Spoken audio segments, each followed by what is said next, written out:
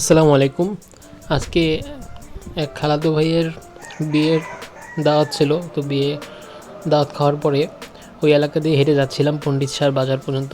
এই এলাকার নামটা ঠিক আমি জানি না, তবে পণ্ডিত শাহর মাজার থেকে অনেক ভিতরের দিকে, মাজার দিয়ে ভিতর দিয়ে ঢুকলে অনেক ভিতরে। এখানে প্রতি বছরই মেলা হয়।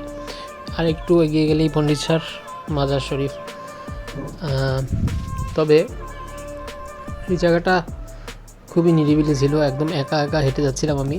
এখানে অটো ছিল, রিক্সা ছিল, সব কিছুই আসছিল, কিন্তু আমি উঠছিলাম না। খাওয়া দাওয়া করার পরে আমি চাচ্ছিলাম দেখি কত দূর হেঁটে হেঁটে যেতে পারি, মেন রোড ঠিক কতটা দূরে।